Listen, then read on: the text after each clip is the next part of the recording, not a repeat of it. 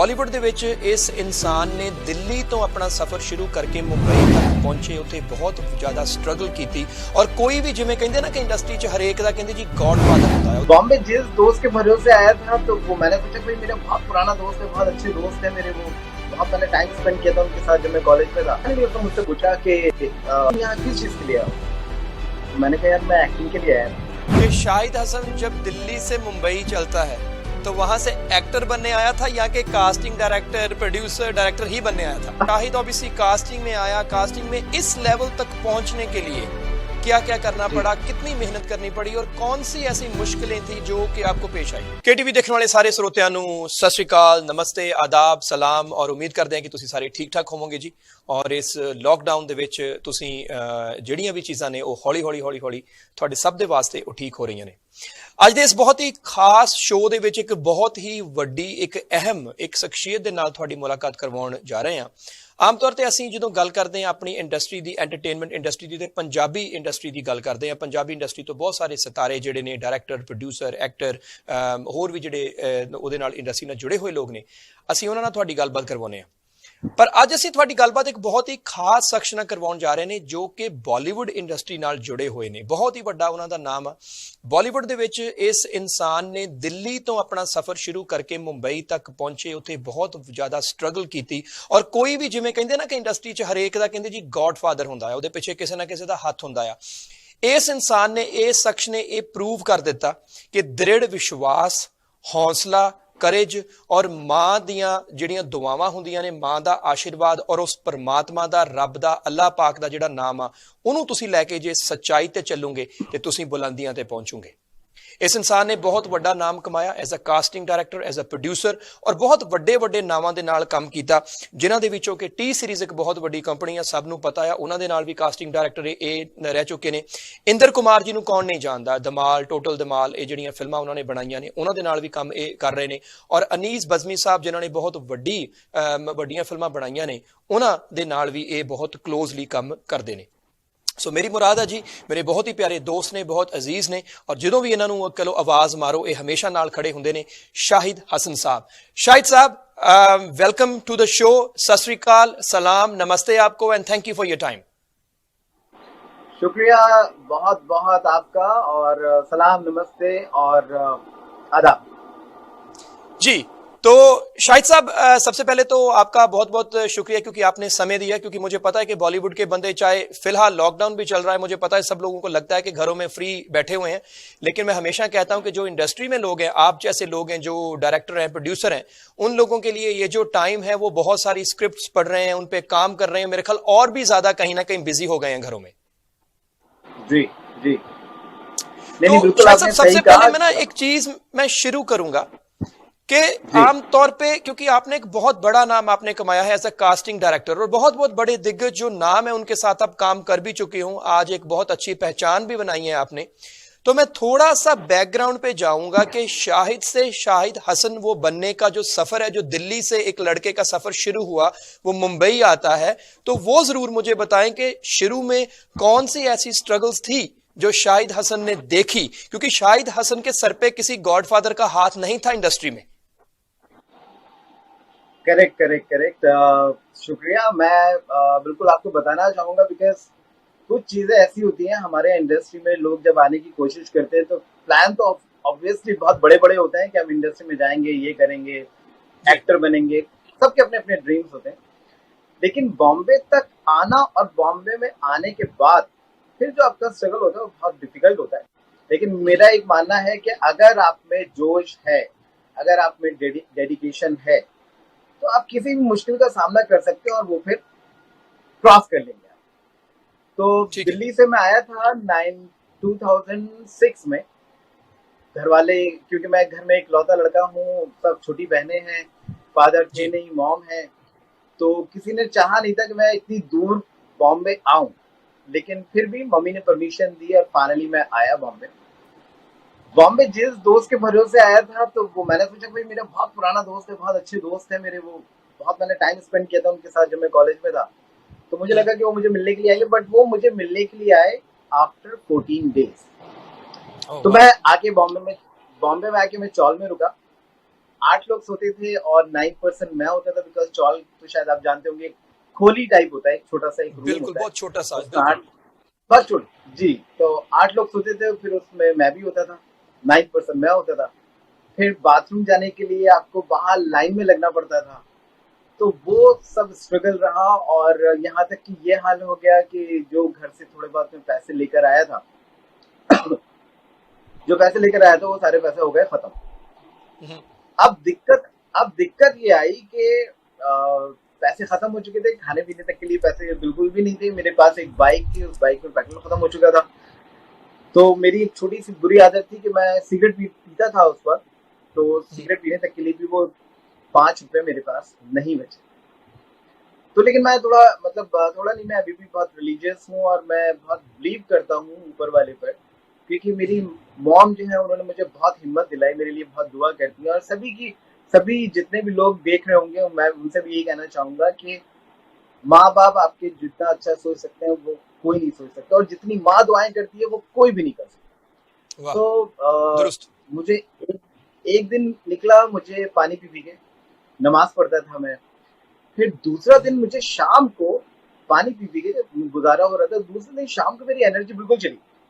अच्छा। तो जब आप अकेले होते हैं तो उस वक्त, अच्छा घर पर आप कह नहीं सकते मॉम से कि भाई मॉम मैं भूखा हूँ 2 दिन से, तो माँ तो फौरन बुला लेगी आपको या इमीडिएटली पैसे भेज देगी। लेकिन बिल्कुल। जो जोश था वो ये था कि नहीं यार, मुझे घर वालों से नहीं कहना है, जो भी कुछ करना है मुझे करना है। तो जब आप अकेले होते हैं, बहुत तनहा होते हैं, बहुत परेशान होते हैं, उस वक्त आप ऊपर वाले से सब डिस्कस करते हैं और ऊपर वाले से कहते हैं तूने ऐसा किया, मैं ये करना चाहता था, तू मतलब सारा ब्लेम जो है ऊपर वाले को देते हैं। तो मैंने उस वक्त ऊपर वाले से बहुत बातें करी, बहुत दुआएं मांगी, बहुत रोया। तो हाँ, फाइनली इत्तेफाक देखिए कि जैसे मेरी आपसे दोस्ती है, आपने मेरी किसी दूसरे से दोस्ती करा दी, आप कहीं दूसरी कंट्री में चले गए, बिजी हो गए, और वो जो दोस्त है वो आपके मेरे टच में हो गए। तो हम्म, इस तरह से एक साहब थे, उन्होंने मुझे फोन किया और उन्होंने मुझे दूसरे दिन मतलब शाम का वक्त हो चुका था, रात हो गई थी। तो उन्होंने मुझे कहा कि शायद मैं आ रहा हूँ उधर तुम्हारे पास और डिनर करते हैं साथ में। अच्छा। तो ये तो फिल्थी रिच गाय। तो मुझे लगा कि यार पता नहीं ऐसे क्यों। मैंने कहा देखो यार मेरे पास पैसे, बोले यार पैसे की बात मत करो, शायद मैं आ रहा हूँ उधर। वो आए, हम्म, यहाँ पर एक फूड इन रेस्टोरेंट है लोखंडवाला में, हम लोग वहां पर बैठे, उन्होंने बहुत सारी खाने की चीजें मंगाई। उनका नाम ऐसा लका उल्ला है, प्यार से उनको लकी बोलते हैं। तो उन्होंने ओके। बिरयानी, कबाब और बहुत सारी चीजें खाने के लिए मंगवाई। तो मैंने उस वक्त मुझे यार इस बंदे को पता नहीं चलना चाहिए कि मैं भूखा हूँ, तो मैंने पानी दिया। जहां पर मेरे ख्याल में मैं 7-8 रोटी तो खा सकता था, वो ना खा के मैंने वहां पे 3 रोटी खाई। बहुत आराम आराम से मैं बाइट लेता था और खाता, सिर्फ ये सोच के कि यार इस बंदे को ये ना पता चले कि मैं भूखा हूँ। हम्म, खैर हम लोग बाहर निकले। बाहर जब वो मुझे छोड़ने के लिए घर की तरफ आए, तो उस वक्त बज रहा था लगभग 10:30। तो उसने मुझसे गाड़ी में एक चीज पूछी, मुझे पूछा कि शायद हम तो नहीं है ना। मैंने कहा बोला अच्छा। हम्म, मैं गाड़ी से उतरा, वो निकल गया आगे। मैं अपनी बिल्डिंग में जैसे मैंने एंट्री ली तो उधर से फोन आया। तो उसने कहा शाहिद अच्छा। तुम कहाँ पर हो। मैंने कहा यार मैं अभी बस लिफ्ट तक पहुंच रहा हूँ। बोले वहीं पर रुको, मैं आ रहा हूँ, और मैं आने के बाद जो भी कुछ बोलूंगा ना मुझे वापस जवाब मत देना, वरना तुम्हारी मेरी दोस्ती खत्म हो जाएगी। हाँ, तो मैं सोच में पड़ गया। मैंने कहा यार मैंने तो खाना भी कम खाया, 3 रोटी से ज्यादा खाई नहीं, ऐसा तो नहीं है, क्या क्या ऐसा हो गया, मैंने ज्यादा खाना भी नहीं खाया। तो दिमाग में मेरे टेंशन हो गया। वो बंदा आया, आने के बाद वो गाड़ी से उतरा, हम्म, उसने मुझे गले लगा के मुझे हाथ मिलाया। उसके हाथ में नोट थे, हाँ, रुपए थे। ठीक है। तो मैं इससे पहले कुछ बोला, मैंने जैसे बोलने की कोशिश की, उसने कहा बोलो मत, बाद में बात करूंगा। गाड़ी में बैठा, तो जब तक मुझे उसकी टेल लाइट नजर आती गई मैं देखता गया, और जब टेल लाइट नजर आनी बंद हो गई, गाड़ी ने टर्न कर लिया, तो मैंने हाथ खोले तो उसमें 5,000। तो मैंने सबसे पहले ऊपर वाले का शुक्र अदा किया, ऊपर पहुंचा, घर पर आया, नमाज पढ़ी, मम्मी को फोन किया। उस वक्त रिलायंस के फोन चलते थे, और 2006 की बात कर रहा हूँ, रिलायंस के फोन चलते थे और आपको हर महीने रिचार्ज कराना पड़ता था। बिल्कुल। तो हाँ, तो रिचार्ज जो था मुझे पता था 12 बजे खत्म हो रहा है, और मैं उस पर रिचार्ज करा नहीं सकता था, बिकॉज उस सब ऑनलाइन और ये सब फैसिलिटीज ना के बराबर थी। तो नमाज पढ़ी, उसके बाद मेरा रिचार्ज जो था वो खत्म हो गया। मतलब ना मैं आउटगोइंग कर सकता था, ना उस पर इनकमिंग आ सकती थी। मैंने सोचा सुबह जाके करा लूंगा। 10 मिनट बाद मेरे पास मैसेज आया, your mobile has been recharge the amount of ₹550, the remaining, blah blah, इस तरह। तो मैं सोचा था, मैंने कहा ये रिचार्ज कैसे होगा। पता नहीं तो उस बंदे का फोन आया जो मुझे छोड़ के गया था, जो पैसे देके गया। मुझे बोला साले दोस्त ये समझते हो, बहुत परेशान हो तुम, एक काम करना, कल तुम और रात में खाना खाएंगे साथ में, फिर डिस्कस करेंगे। और उसने फोन डिस्कनेक्ट किया। सर दूसरे दिन मैं पहुंचा उनके यहाँ घर पे, हम लोगों ने खाना वाना खाया। अच्छा। फाइनली उसने मुझसे पूछा कि यहाँ किस चीज के लिए आया हो? मैंने कहा यार मैं एक्टिंग के लिए आया था।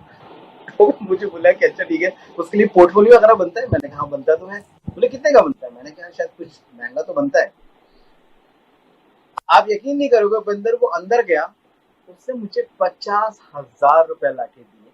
उसने मुझे बोला शायद जिस काम के लिए आए हो वो काम करो, तुम्हारे पास पैसे होंगे दे देना, नहीं होंगे मत देना, जिंदगी में कभी मांगूंगा नहीं, लेकिन जो काम के लिए तुम बॉम्बे आए हो वो काम। तो मैं मतलब अजीब सा हो गया। मैंने कहा ये क्या हो रहा है? मैंने उसको उसमें से 15,000 रुपए निकाले, बाकी मैंने उसके हैंड ओवर किए। मैंने कहा नहीं मेरे इसमें काम हो जाएगा। उपेंद्र उस दिन के बाद से मुझे टीवी शो मिला, मतलब लगभग 11 दिन बाद मुझे एक टीवी शो मिला, हेलो डॉली, और उसका मैजिक बैग स्टार प्लस पे आता था, और मुझे उसमें पर डे का 3,000 रुपीज मिला। 5 दिन का मेरा काम था। वो एपिसोड जो था वो मेरे ऊपर स्टोरी थी। तो वहां से मेरा करियर शुरू हुआ एक्टिंग में, और इस तरह से करते करते फिर मैं कास्टिंग में मैंने स्विच किया 2009। तो स्ट्रगल बहुत जबरदस्त था। हाँ, मतलब वहां से काम शुरू हुआ, फिर उसके बाद पैर टूट गया। कहानी तो बहुत बड़ी है, मतलब चीजें मैं बताऊंगा तो है तो बहुत इंटरेस्टिंग, लेकिन अपने पास टाइम बहुत कम है। सवाल ये है कि एक्चुअली सबसे पहले कि शाहिद हसन जब दिल्ली से मुंबई चलता है तो वहां से एक्टर बनने आया था या कि कास्टिंग डायरेक्टर प्रोड्यूसर डायरेक्टर ही बनने आया था? देखिए मेरा मेरा वैसे तो बॉम्बे एक ऐसा शहर है जिसको हम बोलते हैं कि ड्रीम सिटी है, जहां पर आपके ड्रीम्स जो है वो पूरे होते हैं। तो बहुत सारे लोग हैं जो यहाँ अलग अलग सपने लेकर आते हैं। तो मेरा जो ड्रीम था वो ये था कि यार मैं एक्टर बनूंगा, क्योंकि मैं थिएटर से बिलोंग करता था, और मैंने सोचा था कि मैं एक्टिंग में आऊंगा। लेकिन एक्टिंग में आने के लिए जोश वही था, सब चीजें थी, लेकिन हालात उस वक्त ऐसे हो गए कि वहां पर मेरा एक्सीडेंट हो गया, और एक्सीडेंट में टूट गया। उसके बाद फिर मैंने स्विच किया कास्टिंग की तरफ। तो मैंने बिल्कुल नहीं सोचा था कि मैं कास्टिंग डायरेक्टर बनूंगा। और जब मैं एक्टर था तो मैं जगह जगह जाता था ऑडिशन देने के लिए, बहुत स्ट्रगल करता था, बहुत भीड़ होती थी, बहुत मुश्किल से नंबर आता था। तो अभी वो प्रोसेस जो है खत्म हो गया। अभी क्या है कि मैं खुद ही कास्टिंग डायरेक्टर हूँ, तो मैं ये सोच सकता हूँ कि उन एक्टर्स पे क्या बीत रही होगी, कैसे वो प्रॉब्लम में होंगे। तो मुझे लगता है कि शायद हो सकता है मैंने जो स्विच किया है कास्टिंग डायरेक्शन की तरफ वो इंटरेस्टिंग है, और मैं कोशिश करता हूँ कि मैं लोगों की हेल्प करूँ और अपनी जानिब से उनको कास्ट कर सकूँ। और बहुत बड़ी बड़ी आपने फिल्में की हैं, जिनमें कि कुछ एक फिल्मों का मैं नाम लूंगा, लिस्ट बड़ी लंबी है। रेडी जिसमें सलमान खान थे, कबाली जिसमें रजनीकांत साहब थे, फिर डबल धमाल, ग्रैंड मस्ती, टोटल धमाल, वेलकम बैक, रोए, ऑल इज वन, और अभी हाल ही में एक पागलपंती फिल्म आई थी। तो बहुत बड़ी बड़ी फिल्में हैं जो उनमें आपने कास्टिंग की है, बहुत बड़े नाम हैं जो इन फिल्मों के साथ जुड़े हुए हैं, और इंडस्ट्री का शायद कोई ही दिग्गज नाम ऐसा रह चुका है जिसके साथ अभी तक शाहिद हसन ने काम नहीं किया। तो ये मैं इसके बारे में पूछूंगा कि शाहिद ऑब्वियसली कास्टिंग में आया, कास्टिंग में इस लेवल तक पहुंचने के लिए क्या क्या करना पड़ा, कितनी मेहनत करनी पड़ी, और कौन सी ऐसी मुश्किलें थी जो कि आपको पेश आई? नो डाउट कास्टिंग बहुत टफ टास्क होता है। कास्टिंग का काम अगर हो जाता है तो समझ लीजिए कि फिल्म जो है वो 50-60%, अगर आपकी कास्टिंग अच्छी हो गई तो 50-60% फिल्म बन जाती है, फिर डायरेक्टर का काम होता है। तो कास्टिंग में स्विच करना बहुत डिफिकल्ट था, बिकॉज मेरे लिए इसलिए इजी हो गया था क्योंकि मैं एक्टर था, और मैं एक्टिंग को थोड़ी बहुत, मैं ये नहीं कह रहा मुझे बहुत नॉलेज थी क्योंकि मैं एनएसडी पास आउट तो नहीं हूँ या ना एफटीआई से हूँ, लेकिन थिएटर करता था तो मुझे थोड़ी नॉलेज थी। और मेरे कुछ फ्रेंड्स थे, जैसे संदीप मोदी था, तो वो ये लोग एड्स करते थे, एड्स के ऑडिशन करते, तो मैं अक्सर उनके साथ जाके बैठता था, उनके पास जाके बैठता था और देखता था कि कैसे ऑडिशन कर रहे हैं। तो फिर मैंने, क्योंकि अगर आपको जो भी काम, मान लीजिए अगर आपको कास्टिंग में जाना है तो आपको कास्टिंग के बारे में नॉलेज होनी जरूरी है। तो उस वक्त मैंने ऐसा नहीं सोचा था कि मैं कास्टिंग में स्विच करूंगा। वो तो इत्तेफाक से जब मैं उन लोगों के पास जाता था एड्स से, तो मैं देखता था, तो वहां से फिर मेरे माइंड में क्लिक हुआ कि नहीं यार, मैं कोशिश करता हूँ कि मैं कास्टिंग में। और उससे पहले एक इंसिडेंट ऐसा हुआ था कि आप कोऑर्डिनेशन समझते हैं? कोऑर्डिनेशन मतलब जी कोऑर्डिनेट, जी। जैसे आजकल बड़ी बड़ी एजेंसीज होती हैं, तो उनको आप कॉल कीजिए और उनको आप बोलें कि आपके जो मॉडल्स है वो हमको चाहिए होंगे इस प्रोजेक्ट के लिए, तो वो मॉडल्स भेजते हैं और उन मॉडल्स को जो हम पैसा देते हैं या प्रोडक्शन हाउस जो पैसे देता है उसमें से वो कट रखते हैं और फिर वो उनका उस तरह से चीजें चलती है। तो मैंने कोऑर्डिनेशन शुरू किया था 2009 में, किसी ने मुझे सजेस्ट किया जब मेरा पैर टूट गया था, हम्म, तो मैंने कोऑर्डिनेशन शुरू किया। अच्छा, क्योंकि मैं एक्टर भी था तो मुझे नॉलेज भी थी एज एन एक्टर। तो जब मैंने कोऑर्डिनेशन शुरू किया तो मैंने बहुत सिलेक्टेड काम किया। मेरे 2-3 दोस्त जो एड फिल्म्स में थे जिनके बारे में मैंने बताया, तो आपके पास जी कोऑर्डिनेशन के लिए बैंक होना चाहिए, मतलब मेरे पास एक्टर्स का बैंक होना चाहिए कि मैं उन एक्टर्स को उस प्रोजेक्ट के लिए भेजूं। तो मेरे पास जब पहला एड आया था वो एक कॉर्पोरेट, और उसके साथ साथ फिर एक च्यवनप्राश का एड था और एक कुरकुरे का एड था। तो मैं क्या करता था ओके। कि जैसे मेरे पास जो भी कोई एक्टर आता था, तो मैं, लोग क्या करते हैं कि जो भी कोई एक्टर आता था उसके फोटोज लेते हैं, पीछे नाम लिखवाते हैं, नंबर लिखवाते हैं और उनको वापस भेज देते थे। तो मैं क्या करता था हम्म, कि मैं एक्टर्स आते थे उनको लाइंस देता था। मेरे पास एक हैंडी कैम मैंने खरीद लिया था, मैं उसके बाद उनका ऑडिशन करता था। तब ये बात कर रहा हूँ मैं आपसे 2009 की, जब मैं कास्टिंग डायरेक्टर नहीं था। ठीक है, जब मैं फिल्म्स में जो है वो 2009 के मिड में आया। तो फिर मैंने कोऑर्डिनेशन शुरू किया क्योंकि मेरा पैर टूट गया था और मुझे ये लग रहा था कि यार मैं अभी बॉम्बे तो मुझे छोड़ के जाना नहीं है, दिल्ली, तो हम्म, मैं कुछ ना कुछ इंडस्ट्री से रिलेटेड करता हूँ। तो मैंने एक्चुअली यहाँ पर एक सब टीवी की बिल्डिंग है, अधिकारी ब्रदर्स सब टीवी, और पहले एक शो आता था ऑफिस ऑफिस, शायद हो हाँ, सकता है आपने बहुत कभी बड़ा देखा शो हो, था वो। सब टीवी पर आता था, पंकज बिल्कुल। कपूर। तो मैं वहां पर गया ऑडिशन देने के लिए, तो मुझे बीच में रोक दिया रिसेप्शन पे। उन्होंने मुझे बोला कि आप अपने फोटोज छोड़ दीजिए हम्म, और यहाँ पे सेलेक्टेड लोगों का ऑडिशन हो रहा है। तो मैंने कहा ठीक है, मैंने फोटोज छोड़ दी। जब मैं बाहर निकला तो मुझे किसी ने बोला कि यार तुम उसका नाम लेके चले जाओ, उस कोऑर्डिनेटर का, तो तुम्हें ऊपर परमिशन मिल जाएगी। तो मैं गया, उस कोऑर्डिनेटर को मैं जानता था, पहले पिक्चर्स दे चुका था। तो जब मैं गया तो मैंने उसका कोऑर्डिनेटर का नाम लिया, उसने मुझे, रिसेप्शन वाले ने ऊपर भेज दिया। ऊपर मेरे ही जैसे कैरेक्टर फेसेस के ऑडिशन हो रहे थे। तो मुझे वो ओके। लड़का मिला जो कोऑर्डिनेटर था, मैं नाम नहीं लूंगा लेकिन वो शायद देखेंगे तो समझ जाएंगे। जी। तो उस बंदे ने मेरे फोटो बहुत 3 महीने पहले ले लिए थे। तो मैंने हम्म, उसको बोला, मैंने कहा यार तुम्हें मैं पहले पिक्चर्स दे चुका हूँ और तुमने मुझे ऑडिशन के लिए बुलाया नहीं, मेरे जैसे कैरेक्टर फेसेस के ऑडिशन हो रहे हैं। तो उससे मुझे बहुत बुरा भला कहा, उसने कहा कि मेरे पास इतना टाइम नहीं है, तुम यहाँ से निकलो। तो एक ओ। तो मेरा काम मेरे पास था नहीं, पैर टूट गया था और 4 महीने से मैं बिल्कुल बिना काम के था। तो मेरी उससे बहुत, मतलब जो भी था, अनबन हुई। और यहाँ तक कि वहाँ की जो सिक्योरिटी थी उन्होंने मुझे नीचे ले गए, मुझे निकाल दिया वहां से। और हम्म, उस लड़के ने मुझे बोला कि मैं तुमको सारे कोऑर्डिनेटर्स में ब्लैक लिस्ट करा दूंगा, तुम्हें कहीं कोई काम नहीं देगा। अरे वाह, तो तो मैंने उसको शरेआम वहां पे धमकी। बोला, हाँ, धमकी दे दी उसने मुझे। तो मैंने उसको बोला, मैंने कहा हाँ। ठीक है, मैं 1 साल में मैंने उसको बोला, मैंने कहा मैं दिखाऊंगा कि मैं क्या कर सकता हूँ। मैं बाइक के पास आया, मैं बहुत रोया, बहुत रोया, मतलब बहुत मुझे फील हुआ वो, क्योंकि मुझे लग रहा था कि यार मुझसे कहीं ज्यादा टैलेंटेड एक्टर्स है और ये लोग इस तरह से करते हैं। Then I switch into coordination.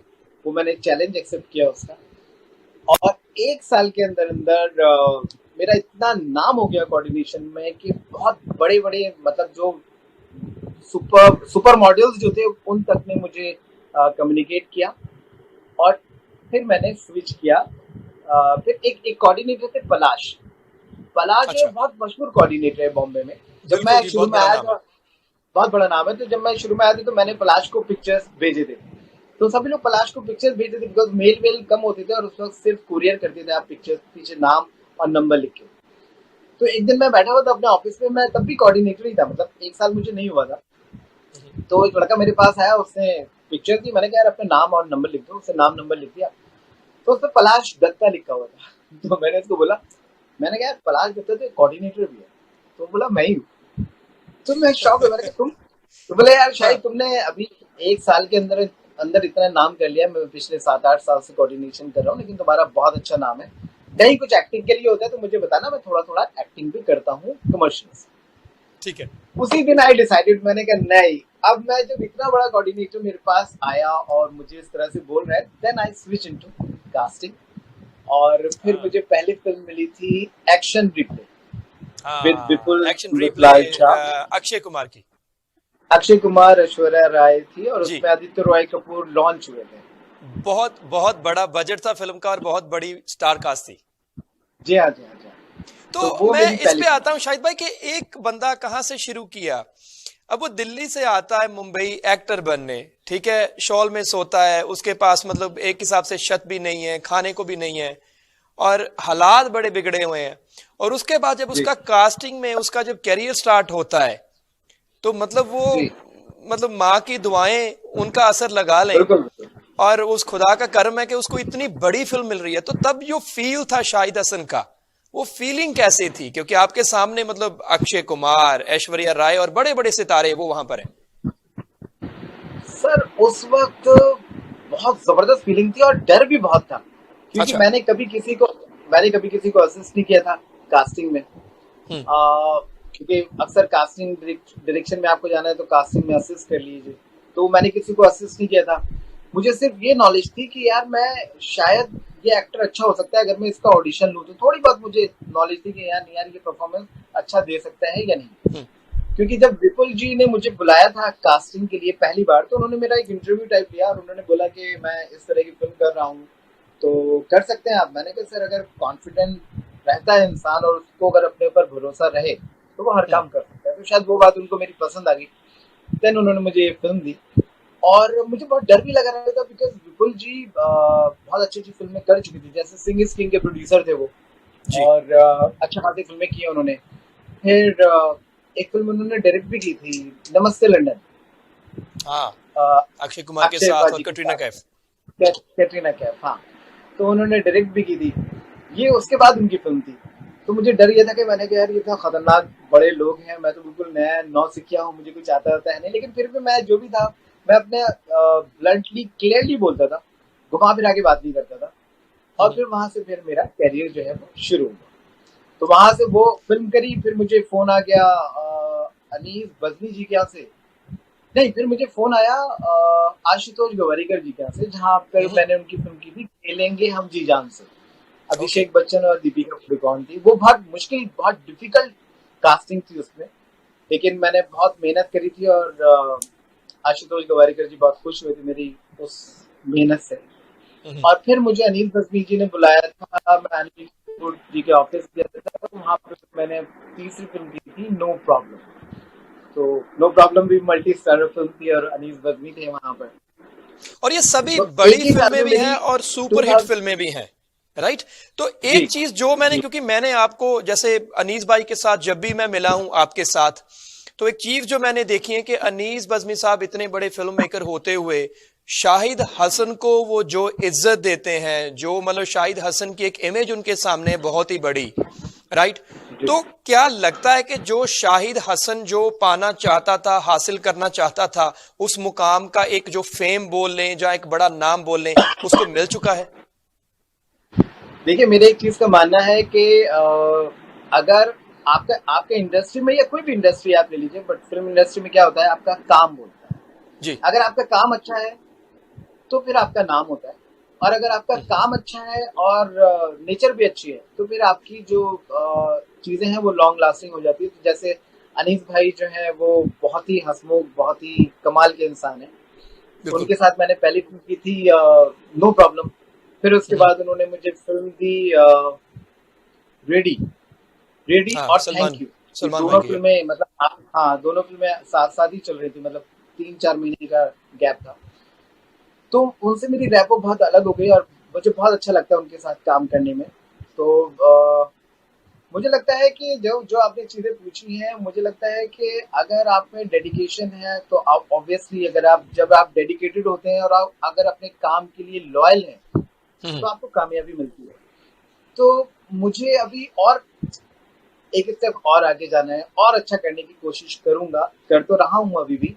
लेकिन हाँ सेटिस्फेक्शन, अगर आप बोले कि सेटिस्फेक्शन, तो सेटिस्फेक्शन है, मुझे खुशी है इस बात की कि मैं अपनी अम्मी की दुआओं से, बहनों की दुआओं से और अपनी मेहनत से, मेरे दोस्तों ने भी मुझे सपोर्ट किया ऑब्वियसली, चाहे उन्होंने दुआ करी बैठ के, लेकिन आज जहाँ पर भी मैं हूँ मैं खुश हूँ। मुझे बहुत अच्छा लगता है कि लोग मेरी रिस्पेक्ट करते हैं, प्यार से बात करते हैं। बहुत सारे लोग ऐसे हैं जो मुझसे मिलना चाहते हैं या कम्युनिकेट करना चाहते हैं, लेकिन मेरी उनसे बात नहीं हो पाती। उसके लिए मैं बहुत तहे दिल से माफी मांगता हूँ, लेकिन वक्त जैसे जैसा आता है तो वक्त के साथ सब चीजें लिखी होती हैं, जब वक्त आएगा तो मैं उन लोगों से भी मुलाकात कर लूंगा और उन लोगों के साथ काम भी करूंगा इंशाल्लाह। और मैं एक बहुत बड़ा एक और नाम है जिनके साथ आप जुड़े हुए हैं, इंद्र कुमार जी के साथ। तो जी वो जो मुलाकात थी, वो मुलाकात कैसे हुई, उनके साथ कौन सी फिल्में की और कैसे आपकी ट्यूनिंग हुई? देखिए, इंद्र कुमार जी जो हैं वो भी, अगर हम कहें कि वो ओल्ड स्कूल के हैं, मतलब जी। पुराने डायरेक्टर हैं। उन्होंने दिल, बेटा, इश्क, इतनी जबरदस्त फिल्में उन्होंने डायरेक्ट की हैं। बिल्कुल। तो बहुत ही अच्छे इंसान है, बहुत ही सॉफ्ट इंसान है। तो मेरी उनसे मुलाकात हुई थी डबल धमाल के कास्टिंग के वक्त। अच्छा। तो उनके यहाँ कभी, हाँ, उनके यहाँ कभी कोई कास्टिंग डायरेक्टर नहीं हुआ है, ना ही कभी उन्होंने कोई फिल्में एज अ कास्टिंग डायरेक्टर किसी को लेके की हैं।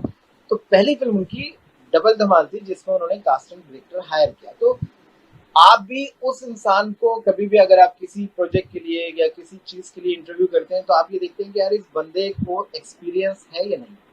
या तो उसका एक्सपीरियंस बहुत जबरदस्त हो तब आप उसको हायर करते हैं, जी। या फिर अगर आपको लगता है कि नहीं यार इस बंदे में टैलेंट बहुत है, बहुत कॉन्फिडेंस है इसके अंदर, कॉन्फिडेंट बंदा है, सैलरी कम देंगे लेकिन तब आप उसको हायर कर लेंगे क्योंकि आपको लगेगा नहीं यार ये बंदा काम कर सकता है। तो वहां पर मेरे अंदर बिल्कुल। कॉन्फिडेंस तो था ही, बिकॉज मैं 3 फिल्में अच्छी कर चुका था, अच्छे बड़े डायरेक्टर्स के साथ का था, विपुल शाह, आशुतोष गोवारिकर और अनीस बख्शी।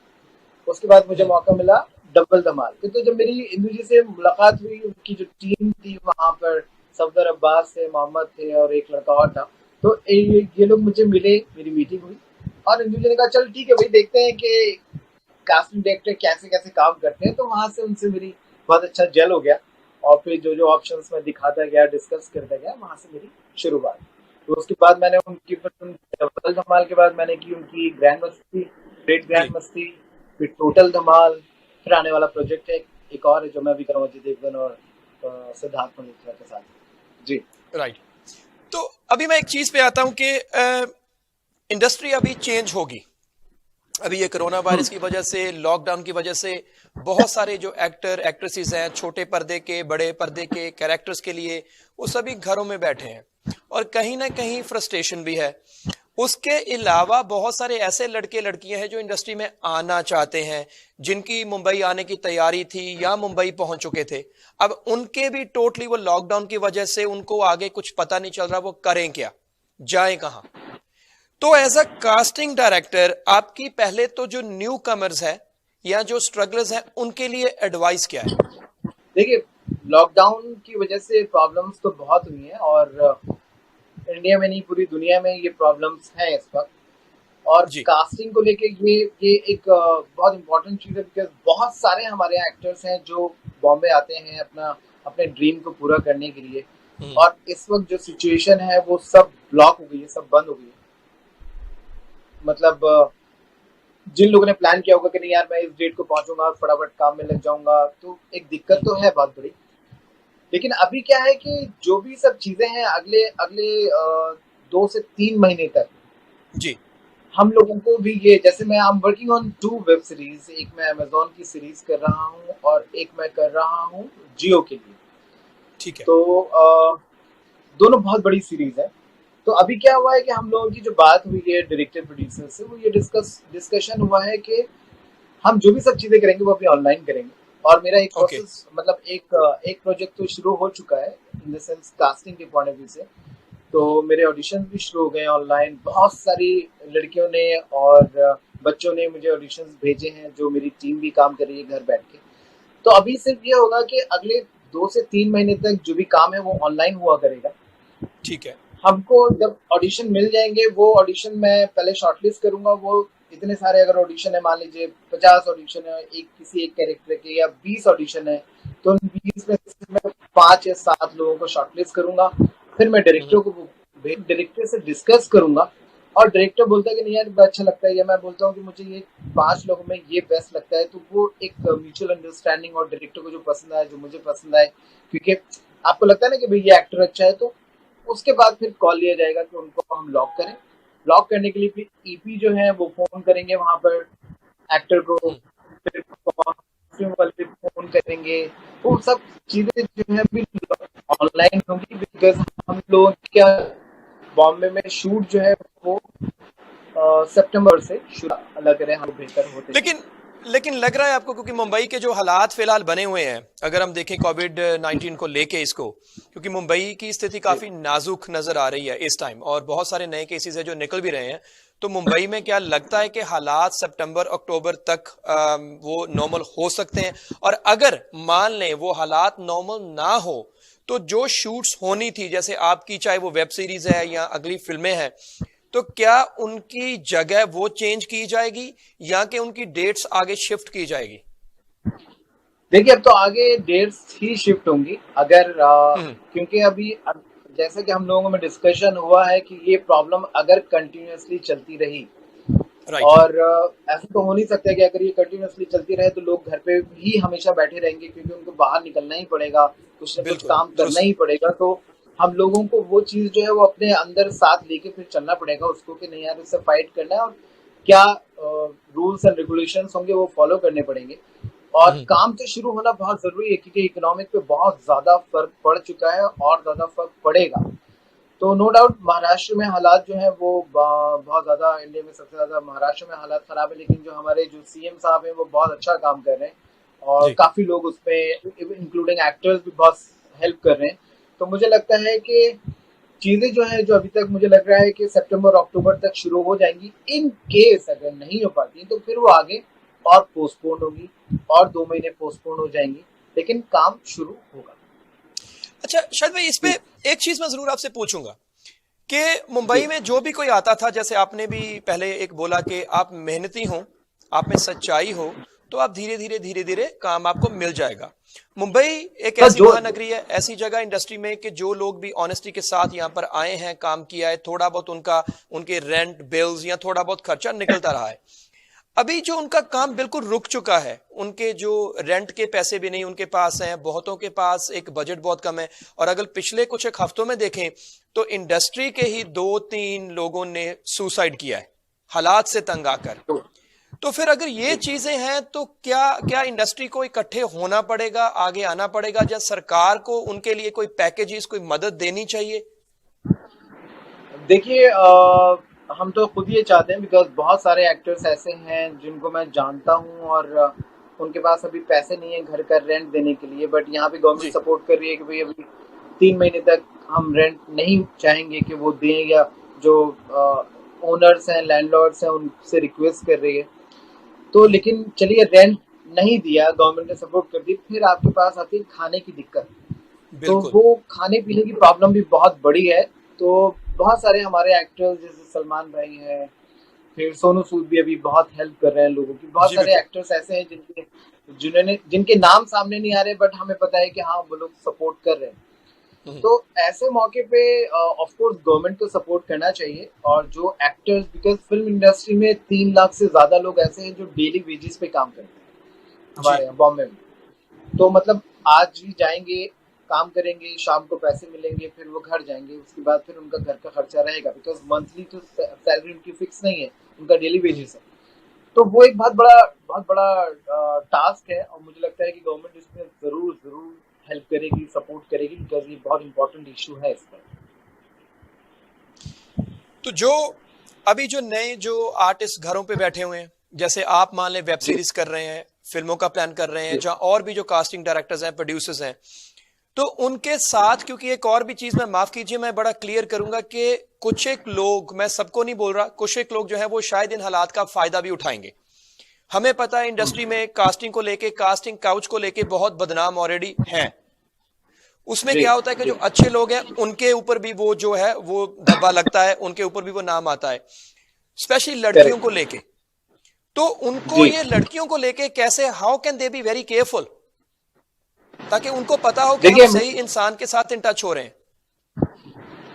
देखिए, मैं यही कहना चाहूंगा कि अभी आपके पास इंटरनेट है, आपके पास गूगल है, आपके पास सोशल नेटवर्किंग है बहुत जबरदस्त। तो कोई भी अगर आपको, रिसेंटली मेरी एक लड़की से बात हुई थी और किसी ने मुझे मैसेज किया और उसने मुझसे बात करने की कोशिश करी, मैंने उस लड़की से बात करी, तो उसने कहा कि सर ऐसे ऐसे एक ऑडिशन है, मुझे कॉल आया है और वो ऑडिशन मांग रहे हैं मेरा, तो आप कुछ पता कर सकते हैं क्या? तो मैं उसको किसी के रेफरेंस से जानता हूँ, मेरे एक दोस्त है, ठीक है। उनकी कजिन है वो। तो मैंने पता किया तो पता चला कि कोई ऑडिशन उनका हो ही नहीं रहा है। तो वो फेक ऑडिशन के लिए उस लड़की के पास कॉल गया था, जो अभी आपने बोला। तो जी मेरा मानना ये है कि जो भी लोग हैं जो चाहते हैं कि यार हम काम करें, तो वो उन लोगों को ढूंढे। आप इंस्टा पे जाइए, फेसबुक पे जाइए, गूगल पे जाइए, IMDb पे जाइए, तो आपको कास्टिंग डायरेक्टर्स के नाम मिलेंगे। मान लीजिए अगर आपने पिछली 4-5 कोई अच्छी फिल्म्स देखी है, उसमें अच्छी जी फिल्म पे जाएंगे आप, तो वहां पर आपको उनको उनका मिल जाएगा कि कास्टिंग डायरेक्टर कौन है। उन कास्टिंग डायरेक्टर्स को आप अप्रोच कीजिए, फेसबुक के थ्रू कीजिए या इंस्टा के थ्रू कीजिए, या उनका नंबर आप जो जो लोग कभी बॉम्बे नहीं आए, मैं उनके लिए भी बोल रहा हूँ कि ठीक आप है। उनको टैप कीजिए। जैसे मेरे पास क्या है कि मैं लास्ट टाइम एक बार लाइव आया था इंस्टा ग्रुप पे, दोनों पे, और मैंने बहुत सारे एक्टर्स से उस वक्त कम्युनिकेशन हुआ था मेरा। तो मैं अभी कास्टिंग कर रहा हूँ, तो मेरा क्या है कि मेरे पेज पर ही वो पोस्ट आएगा, जो भी ठीक मैं है। जो भी मैं ऑडिशंस करूंगा, और वो पोस्ट आएगा। अगर मेरे ही पेज पे वो पोस्ट आएगा, इसका मतलब वो चीजें जेन्युइन हो सकती हैं। अब ये कैसे पता चले कि ये जो पोस्ट पेज है ये जेन्युइन है या नहीं? हम्म, तो वो आपको उसमें जब आप डिटेल में जाएंगे, पिक्चर्स देखेंगे या कितना पुराना अकाउंट है वो देखेंगे, तो शायद आपको एक आइडिया मिल जाएगा।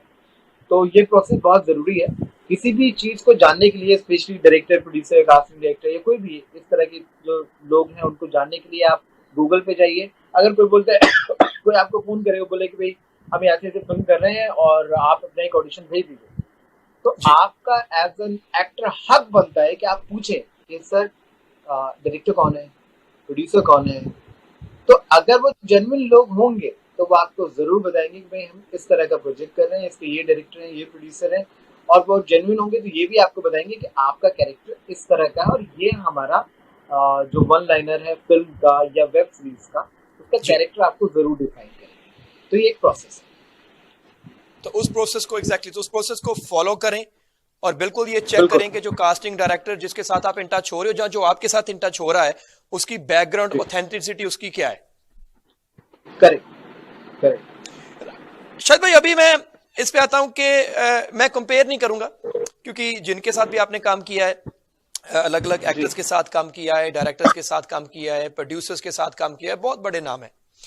लेकिन अगर मैं शाहिद हसन से यह पूछूं कि शाहिद हसन की 2 या 3 फेवरेट फिल्में कौन सी थी जिनमें कि बहुत मजा आया काम करने में, या कि कौन से ऐसे 1 या 2 एक्टर्स हैं जिनके साथ शाहिद हसन को काम करके बहुत अच्छा लगता है, और ये सच बोलिएगा, नहीं तो क्योंकि पता मुझे है, अगर आप सच नहीं बोलेंगे तो मैं बता दूंगा सबको।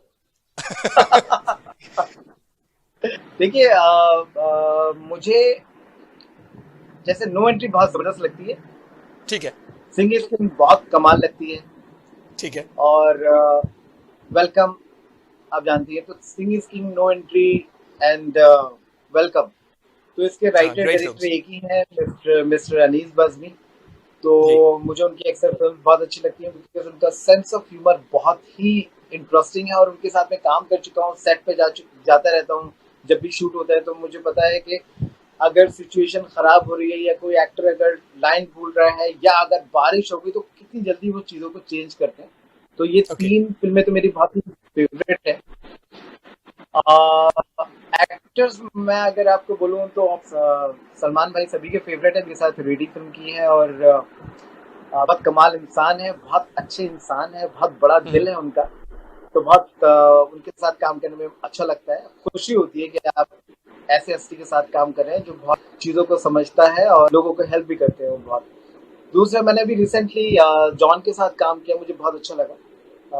जॉन की नेचर भी बहुत अच्छी है, बहुत हंसमुख इंसान है, और बहुत क्लियर बंदा है वो। मतलब वो मन में नहीं रखेगा या वो दिखाएगा नहीं। अगर उसको गुस्सा है तो वो बोल देगा, और अगर हंसमुख है तो वो हंसा, मतलब खुश है तो खुशी हो।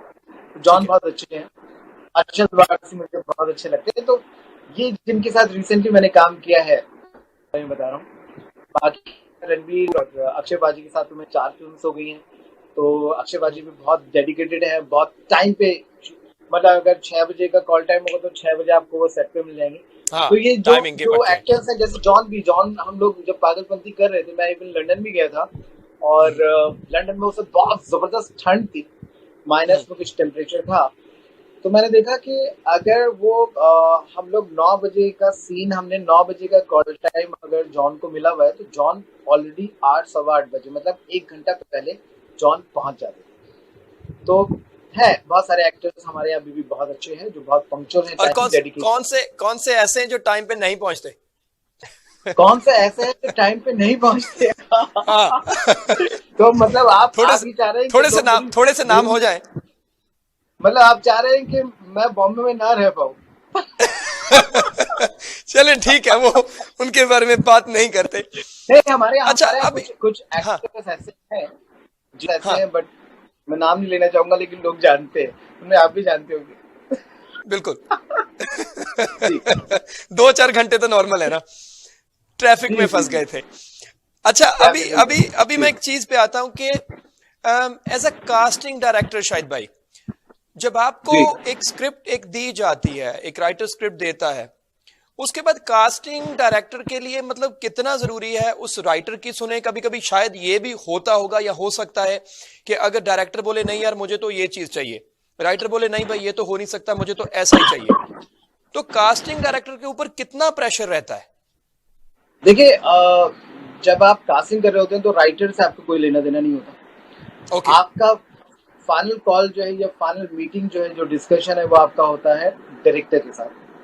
ठीक है। दूसरा डिस्कशन आपके होता है प्रोड्यूसर के साथ। ये दो ओके। पिलर्स हैं जो आपको दोनों के बीच में जो है रहकर तुम दोनों को एक साथ लेके चलना पड़ता है। तो जैसे मैं एक फिल्म कर रहा था, all is well, Abhishek Bachchan okay. Singh थे जी जी जी। और चिंटू जी थे, ऋषि कपूर जी थे। तो वहां पर जैसे कभी कभी प्रॉब्लम ऐसे हो जाती थी, बिकॉज क्या होता है कि अगर मान लीजिए डायरेक्टर ने किसी एक एक्टर को पसंद किया और डायरेक्टर ने कहा कि शायद मुझे ये एक्टर चाहिए, ये मुझे मेरा फेवरेट है, इसी से मुझे ये काम करवाना है, और पता चले कि मैंने कम्युनिकेट किया उस एक्टर से और उस एक्टर ने बोला कि मैं एक दिन का 5 लाख रुपए लूंगा या ठीक लूंगा। है। इधर प्रोड्यूसर बोले कि भाई मेरा बजट 5 लाख का नहीं है, मुझे ये एक्टर तो 2 लाख से ज्यादा मैं नहीं दे सकता, मेरा बजट नहीं है, ठीक है। क्योंकि फिल्म इतनी बड़ी नहीं है, छोटी फिल्म है। तो वहां पर कास्टिंग डायरेक्टर बहुत इंपॉर्टेंट रोल प्ले करता है। बिल्कुल। सुनने को भी मिल जाती है, बिकॉज प्रोड्यूसर की भी बातें माननी है आपको, बिकॉज उसने भी आप पे ट्रस्ट किया है, डायरेक्टर ने तो ऑब्वियसली ट्रस्ट किया हुआ है। तो जी फिर आप एक ऐसा ब्रिज हो तो आपको कन्विंस करना पड़ता है कि director, producer, actor and casting director, तो आपको वो चेन इतनी स्ट्रांग बनानी होती है। और जब आप काम कर चुके होते हैं, मुझे लगता है कि शायद मैं बहुत अच्छे से कन्विंस कर लेता हूँ लोगों को, तो मैं वो प्रॉब्लम दूर कर देता हूँ। तो वो एक कर इम्पोर्टेंट देते हो। चीज होती है। तो हाँ, तो राइटर का नहीं, बट हाँ, डायरेक्टर एंड प्रोड्यूसर का सबसे director and important role producer are the main ones. अभी एक सवाल है कि ऑब्वियसली शाहिद हसन ने इतना काम किया है और अभी शाहिद प्रोडक्शन में भी जा रहा है, खुद भी प्रोड्यूस कर रहा है, और अभी कौन से प्रोजेक्ट हैं जो शाहिद हसन साहब के आगे लाइंड अप है? जैसे आपने बताया वेब सीरीज भी है, और उसके साथ ही मेरा एक सवाल ये भी है कि जो नए लड़के लड़कियां इंडस्ट्री में आना चाहते हैं, जो कि सही तरीके से आपके साथ इन टच होना चाहते हैं और अपनी किस्मत आजमाना चाहते हैं, तो वो कैसे आपके साथ इन टच हो? फेसबुक से हो, इंस्टाग्राम पे हो, या कहां पर मिले? ओके। तो अभी उपेंद्र, मैं प्रोजेक्ट्स तो खैर बहुत सारे कर रहा हूँ। जी जैसे मैंने बताया कि मैं 2 बहुत बड़ी सीरीज कर रहा हूँ। एक कर रहा हूँ अंबानी जी के लिए, जो जियो उनका चैनल है, उसके लिए अपना चैनल लॉन्च ठीक है। कर रहे हैं, और काफ़ी इंटरेस्टिंग बहुत बड़ी सीरीज है वो। जी। और दूसरा मैं कर रहा हूँ अमेजोन के लिए। तो ओके। ये 2 बिग ओटीटी के लिए मैं कर रहा हूँ। दूसरे में अभी जैसे मैंने आपको बताया कि इंद्र कुमार जी की एक फिल्म है जो जिसमें अजय देवगन, सिद्धार्थ मल्होत्रा ये लोग हैं, उनकी फिल्म कर रहा हूँ। फिर मैं 2 फिल्म्स हैं मेरी जो मैं प्रोड्यूस कर रहा हूँ। ऑलमोस्ट मेरी कास्ट भी लॉक हो गई है, मतलब एस्टेब्लिश बड़ी कास्ट है उसमें। वो वक्त आएगा तो आपको भी पता चल जाएगा, लेकिन बिकॉज हम लोगों को प्लान था कि हम लोग एक फिल्म हमारी फ्लोर पे जानी थी अगस्त में, सेकंड फिल्म हमारी फ्लोर पे जानी थी सितंबर में, तो दोनों की ओके। बड़ी कास्ट। तो लेकिन इत्तेफाक क्या हुआ कि आपके सामने की चीजें कि लॉकडाउन शुरू हो गया और चीजें जो है वो आगे बढ़ गई। तो अभी मुझे लगता है कि जो एक्टर्स हैं, जब भी काम शुरू होगा तो जिनका जो भी बैकलॉग होगा पहले वो कंप्लीट होगा, उसके बाद ओके। फिर हमारा प्रोजेक्ट शुरू होगा। तो मेरे ठीक है। पास अभी मैंने अभी तक जो प्लान किया है वो हम लोगों के पास लगभग 5 फिल्म्स हैं। सो 2 फिल्म्स एवरी ईयर हम लोगों ने प्लान किया। वो डिपेंड करता है कि कैसे हालात रहेंगे, कैसी चीजें रहेंगी, उसके बाद हम मूव कर देंगे। और जो नए लड़के लड़कियां आपके साथ इन टच होना चाहते हैं, हाँ वो हाँ कैसे इन हाँ हाँ, टच हो राइट आपके राइट। साथ? देखिए मेरा क्या होता है कि मैं ये कहूँगा कि जैसे मैंने अभी जो मैं अभी वेब सीरीज कर रहा हूँ उसके लिए मैंने जैसे आपको बताया कि मैंने पोस्ट डलवाया था, मेरी टीम ने डाला था। तो हम्म, वो लोग मुझे फेसबुक पर और इंस्टा पर मैसेज कर सकते हैं मुझसे ठीक है। पूछने के लिए। और वहाँ पर शायद उनको मेरा ईमेल एड्रेस भी मिल जाएगा और एक व्हाट्सएप नंबर भी मिलेगा जिसके थ्रू वो मेरी टीम से कम्युनिकेट कर सकते हैं। तो राइट। वो एक सबसे इजी इजी वे है। और क्योंकि मैं पर्सनली बहुत मुश्किल होता है बिकॉज एक साथ 3-3 4-4 लोगों को रिप्लाई आप नहीं कर सकते। लेकिन फिर भी मैं बिल्कुल। बहुत हिम्मत करके बिकॉज मुझे मेरे तो बहुत जोश और मुझे अच्छा लगता है कि कोई इंसान अगर मुझे मैसेज कर रहा है एज एन एक्टर, कोई इंसान अगर मुझे मैसेज करता है तो उसको बहुत उम्मीदें हैं मुझसे कि नहीं यार चलो हम्म, शाहिद को मैं मैसेज करता हूँ। तो मैं पीछे वाले वक्त के बारे में सोचता हूँ जो मैंने स्ट्रगल किया था। तो इसलिए मैं एक्टर्स की बहुत रिस्पेक्ट करता हूँ और हमेशा करता रहूंगा। तो मैं कोशिश करता हूँ कि मैं सबको जवाब दूं और मैं सबको जवाब देता भी हूँ। तो ये एक बेस्ट वे है। तो ये बेस्ट है, वेरी गुड।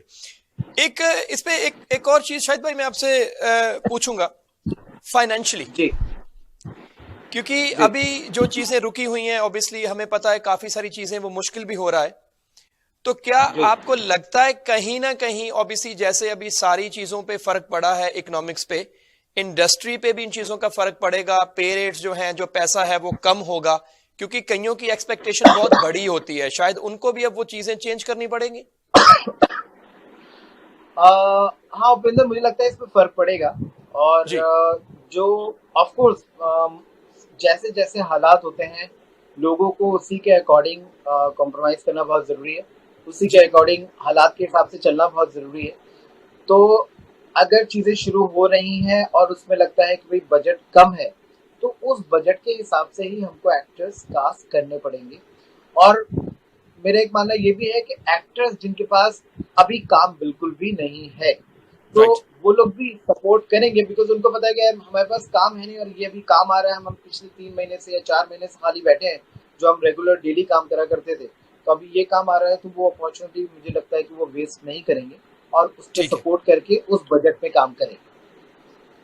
क्योंकि हमें भी ठीक अपना है। कास्टिंग का बजट कम जी। करना पड़ेगा और मुझे लगता है कि वो होगा। वो होगा कहीं ना कहीं, ठीक है। तो इसका मतलब है जी शायद फ्यूचर में अगर मैं कोई फिल्म करूं तो शायद मैं शाहिद हसन को अफोर्ड कर पाऊं। सर मुझे सब सब लोग बहुत इजीली अफोर्ड कर सकते हैं अगर वो मुझसे प्यार से बात करते हैं और मुझे उनकी हाँ। जेन्युइन प्रॉब्लम पता है। तो अगर आप मुझे पता है कि नहीं यार आपके साथ में प्रॉब्लम है, आप नया प्रोजेक्ट शुरू कर रहे हैं, तो मैं शायद आपसे पैसिवली नहीं कहूंगा। मैं जो भी होगा जिस तरह से भी होगा आपको हेल्प और सपोर्ट करूंगा। बहुत बहुत शुक्रिया शाहिद साहब आपके टाइम के लिए। और आखिर में जरूर अगर आपका कोई मैसेज है, स्पेशली जो नए आर्टिस्ट हैं उनके लिए, या कोई भी इंडस्ट्री में आना चाहता है उनके लिए, तो जरूर आप अपना जी संदेश दें। और उसके साथ ही मैं एक और भी चीज भी मैं जरूर सबको बताना चाहूंगा कि शाहिद हसन के साथ अगर जो भी नए, जो भी लड़के लड़कियां आप देख रहे हैं, आप इंडस्ट्री में आना चाहते हैं, तो प्लीज बिल्कुल शाहिद हसन जी के साथ आप फेसबुक पे, इंस्टाग्राम पे आप इन टच हो के आप इनको मैसेज करें, अपनी प्रोफाइल भेजें, क्योंकि जेन्युइनली इंडस्ट्री में आना बहुत ही जरूरी है, बहुत ही एक इंपॉर्टेंट चीज है। तो खास तौर पे अगर आप यूरोप में कहीं पर भी हैं, जहां और भी कहीं आप दुनिया में बैठे हुए हैं, मुंबई जाने से पहले वहां पर अच्छे आपके लिंक्स होने भी बहुत जरूरी हैं आज की डेट में, बड़ी सीधी सी बात है। और जो भी फेक वो जो कास्टिंग डायरेक्टर्स हैं उनसे बचें। इसीलिए मैं शाहिद साहब से आपकी बात करवाई है, क्योंकि शाहिद हसन साहब को मैं बहुत देर से जानता हूं, बहुत ही नेक दिल इंसान है और रब के बंदे हैं। और वाकई मैं एक चीज बोलूंगा कि इतने बड़े प्रोजेक्ट्स, इतने बड़े लोगों के साथ काम करने के बाद भी very down to earth, very humble. तो शाहिद साहब आखिर में आपका जो मैसेज ऑडियंस के लिए, अपने फैंस के लिए, लोगों के लिए। मैं ये जरूर कहना चाहूंगा कि देखिए दुनिया में कोई भी चीज मुश्किल नहीं है अगर आप ये डिसाइड कर लें कि वो आपको करना ही है। अगर ठीक वो है। आपको हासिल करना है तो आप उस तरह से मेहनत करते हैं, अपने जुनून के साथ उस काम पे लगते हैं। उस काम में आपकी लॉयल्टी होना बहुत जरूरी है बिकॉज अगर आप लॉयल हैं और आप में जुनून है तो वो चीजें फिर आपसे दूर नहीं रहेंगी।